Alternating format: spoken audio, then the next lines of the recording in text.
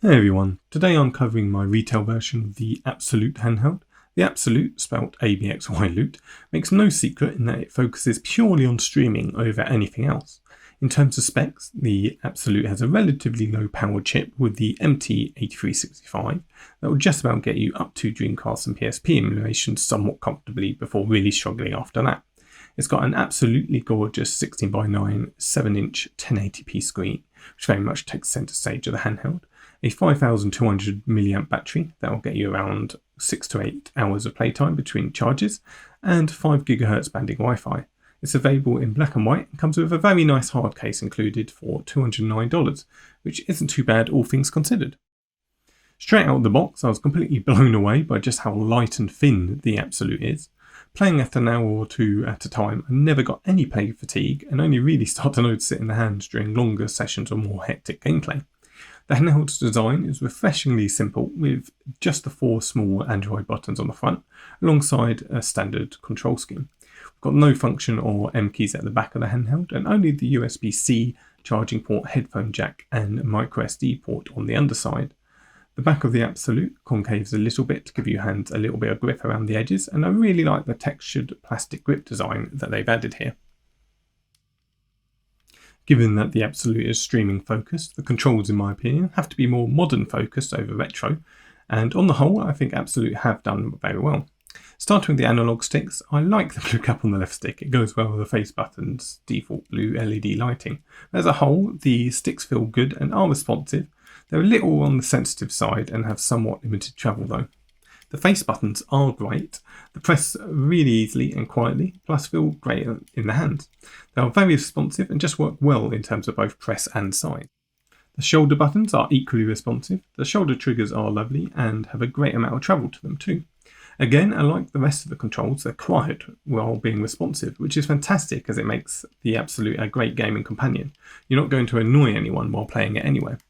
The shoulder buttons are very responsive in the sense that they can press easily all across their edge with no real dead zone to them, and the triggers not only have a comfortable amount of travel, but also bounce back really quickly, which is great for modern shooters. The D-pad is a little on the bigger size though, and feels a bit too soft on its pivot while being stiff around the edges. The stiffness does make it a little tricky to pull off the diagonals, and it just doesn't pivot as well as as a D-pad.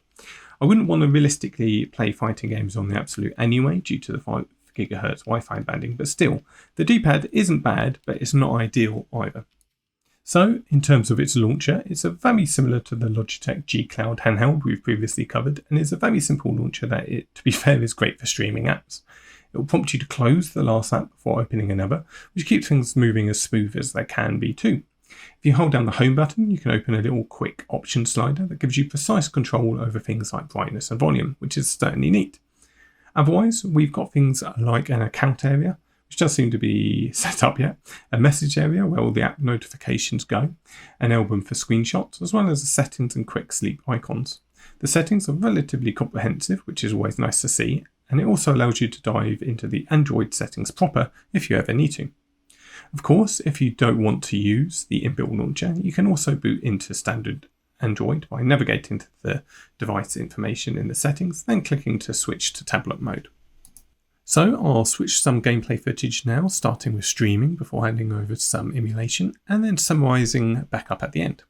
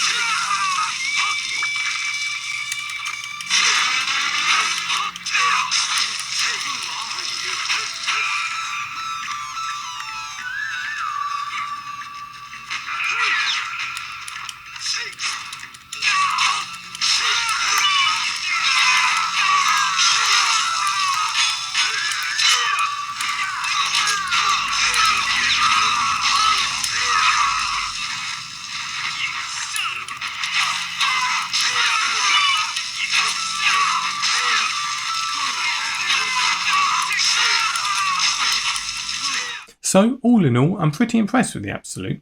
It works out as an absolutely great streaming handheld, which is exactly what they were trying to achieve.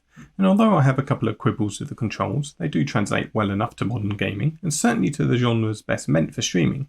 Normally with my reviews, I give reasons why a handheld should be used for emulation, not streaming, but for once the Absolute has me saying the exact opposite, which is probably the best compliment I can give it. So that's it for now. Thanks so much for watching.